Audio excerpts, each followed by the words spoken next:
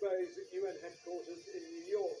After 30 years of chaos and conflict, this was going to be a pivotal year for Somalia. There was supposed to be the first one-person, one-vote elections in 50 years. However, in September, that plan was abandoned, replaced with indirect elections for Parliament in December and then for the President on February the 8th. Neither happened. Now the official time in office of President Mohamed Abdullahi Farmajo has come to an end, and without political agreement, opposition leaders have declared Farmajo's government illegitimate. So what next for Somalia? Will the government remain in office, or will there be a power vacuum? We'll explore Somalia's escalating electoral crisis in depth as the country's Foreign Minister, Mohamed Abdurazak, talks to Al Jazeera.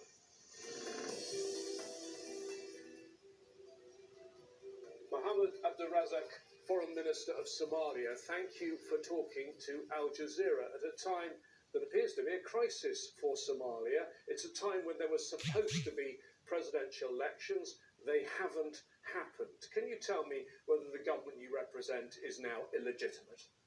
Thank you for having me. The government we have is legitimate. Our constitution stipulates that the Somali government is essentially and practically a parliamentary system. It's a mix, but it is a parliamentary system. And the parliament has a mandate of 4 years. After the parliament is elected, it elects a president, who then appoints a prime minister, who then appoints a cabinet. And in that system, it starts with the parliament. So the parliament is sort of the mother of our governance system. The parliament's mandate was supposed to run out on December 27th of last year. But over the course of the last 3.5 years, the federal government of Somalia has tried to have an election, design an election that was supposed to be a one-person, one-vote, which then did not occur, mainly due to the refusal of some of our federal member states. But the political process and the federal government's dialogue due to its acceptance of conditions set by those federal member states, this process continued. And finally, on September 17 last year, the federal government and the federal member states signed an agreement that would not be a one-person, one-vote, but an indirect election system, close to the one we had in 2016. Understood. But that indirect election was supposed to take place on February the 8th. The election has not taken place. And I've looked at the Constitution of Somalia, Article 91. The President of the Federal Republic shall hold office for a term of 4 years, starting from the day he takes the oath as the President.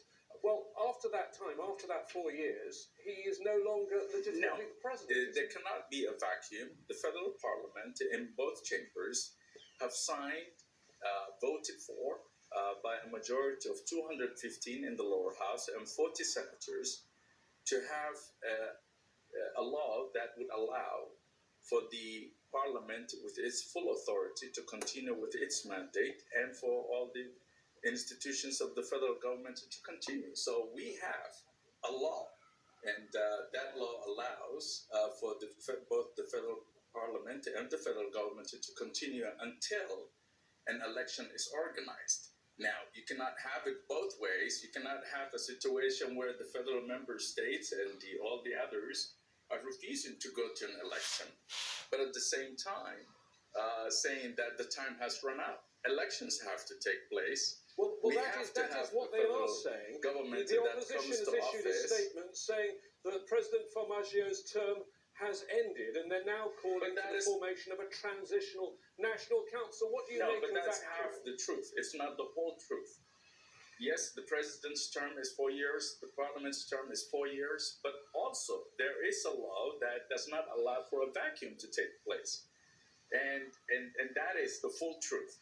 And in order for there to be a political transition, there has to be an election.